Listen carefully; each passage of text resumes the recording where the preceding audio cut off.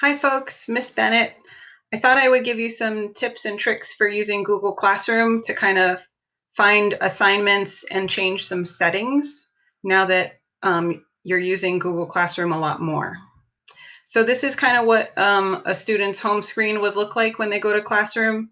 It'll have a tile or a card for each of the classes that they're enrolled in. And one really simple way to look for an assignment is to look on the tile and assignments that are coming up will appear. So there's two examples here.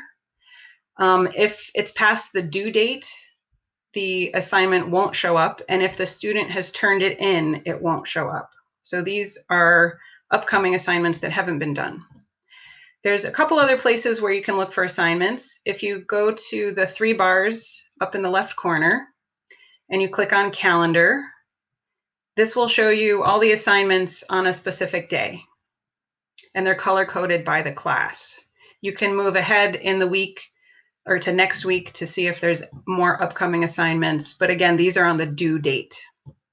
There's also the to-do option here. I'm just going to click over to a different screen. So in the to-do screen, you can choose to look at all of the classes, or you can look at in each class individually.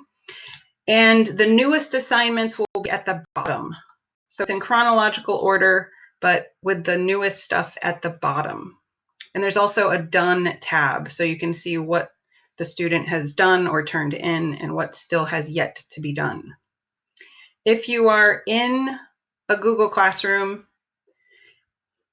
primarily you're going to be wanting to use the Classwork tab, not the Stream tab. Classwork is where you'll see assignments. If you have an assignment that's coming up,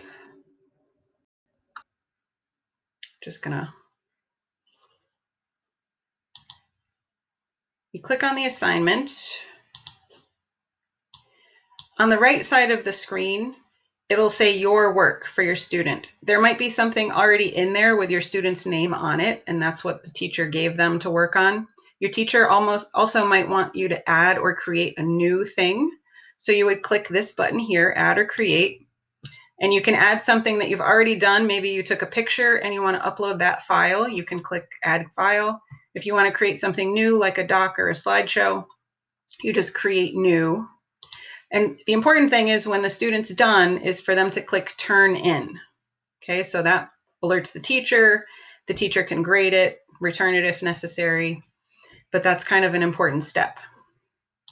Another important thing in Google Classroom is to change settings, because you might be getting a lot of information from Google Classroom. So if you go to settings, you can change the email notifications that you want. You can turn that on or off. And if you have it on, you can choose to receive notifications or not for comments. For the students, it's important to look at all of these options in classes you're enrolled in. Okay? If you're not going to be using email, right, if you turn this off, it's just important that you go to Classroom regularly to look for those assignments, either on the home page or in the calendar or in the to-do list.